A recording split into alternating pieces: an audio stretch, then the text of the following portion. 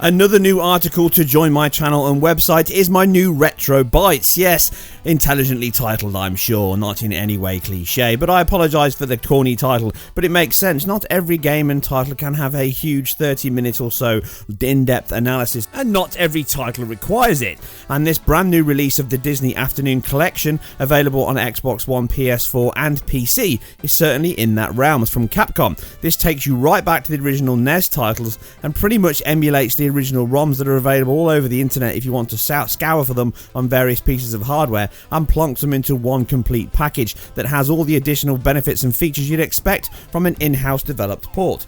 Meaning, in addition to the 6 games in the package, you also get access to an archive gallery of imagery, drawings and art to pixel designs, and even sections of the game that never made the final release. So you can really relive your retro dreams with titles that were pretty big back in the day. This takes you right back to when I was a kid watching these on TV, and I do mean a kid, moving from the 8-bit to 16-bit, and I do remember playing these original Nintendo titles way back in the day, expecting them to look just like their cartoon originals, and in my tiny mind, they did then. And even now, souped up and improved at 1080p and 60 frames per second, they certainly relive the classic originals from the NES days, even if they don't have any additional benefits or visual touches. None of the modern day spit and polish is required and would only tarnish the legacy that these games have, taking you back to that 8-bit wonder that you had as a child playing these games and reminding you how damn hard they were.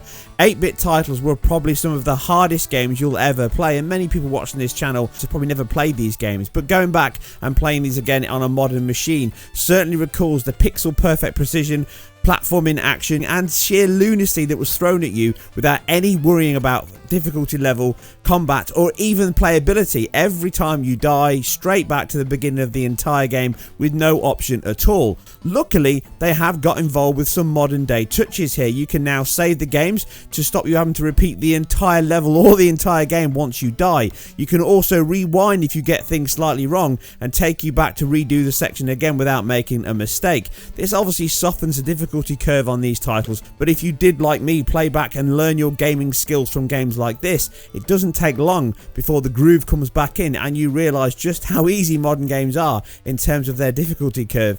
No need for focus groups or worrying about whether or not the players would struggle through and see the end game. Some games, many games in fact, never even had an end game because you were never supposed to reach that point. So here you get punished long and hard, but you do have the option to at least come back and play later on if you are sick to death of dying for the 1000th time in the game.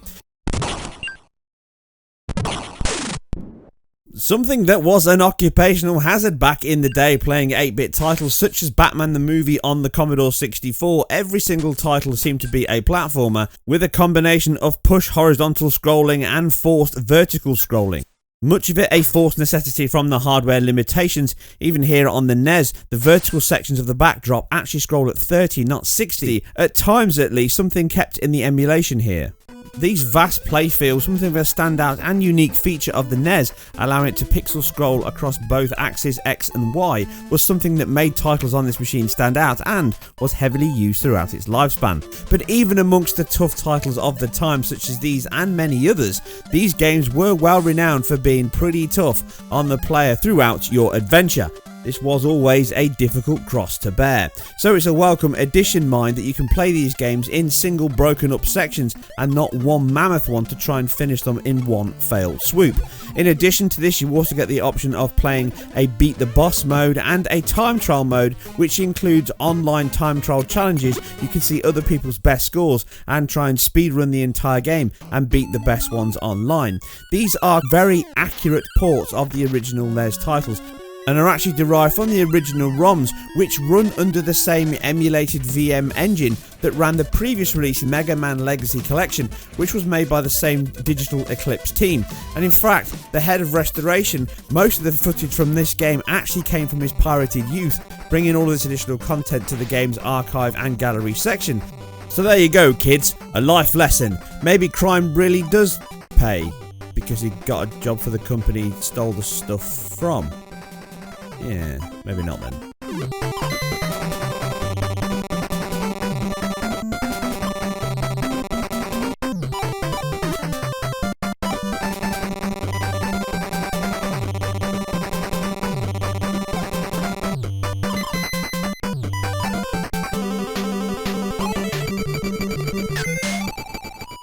Yes, unlike the PAL releases, these ones run at a full 60 frames per second, but obviously it all depends on the area and the background scrolling sections, but the screen does update every 60 frames per second, but it's not really a necessity here because it's not as if the machine is being stressed and pushed really hard. The whole thing runs as smooth as you would expect of a very simple game like this, so no one can worry about any performance issues or juddering around. But the good example on screen here is the fact that the background is scrolling vertically at 30, but the sprite objects at the front are all updating at 60 frames per second. Again, this is completely emulating hardware sprites, something that NES and all 8-bit and 16-bit machines all really had in common, and not something that's relevant nowadays with 3D rasterizers.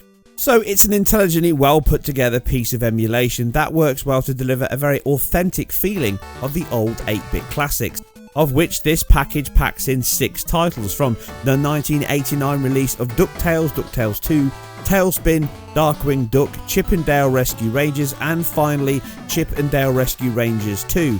Many sequels, and they're all platforming or shooting of some sort. So it's an enjoyable package, and even though it's not the cheapest one at $15.99 or around $20, it certainly is a trip back down memory lane, and with the additional gallery, functions, features and options in the title, it's certainly more enjoyable than playing it on your original machine. And you've even got options to jump between full screen, stretch screen, backgrounds, TV emulation and monitor emulation to give that authentic CRT feel as you play.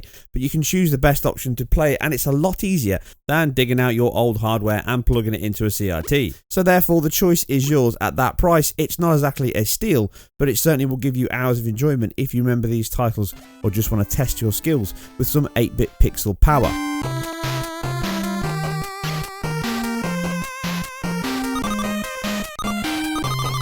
So we reached the end of another episode. This one was short, and these Retro Byte articles are something I want to see if you guys and girls enjoy them. They will be shorter and more focused, but I thought I could start off on something in a modern title and maybe look at some older classics, maybe from the 8-bit era or even PC and modern 16-bit era. So please, if you have your ideas, click the link above to check and put your vote in for options on the next video. Obviously, I'll still be doing my full in-depth retro perspective articles, and I have one due next weekend, which should hopefully appease many of you with the title I've been looking at for a while. Leave your thoughts and feedback below. Follow me on Twitter, where you can also submit your ideas for future retro articles, and I'll see you very soon on the next one.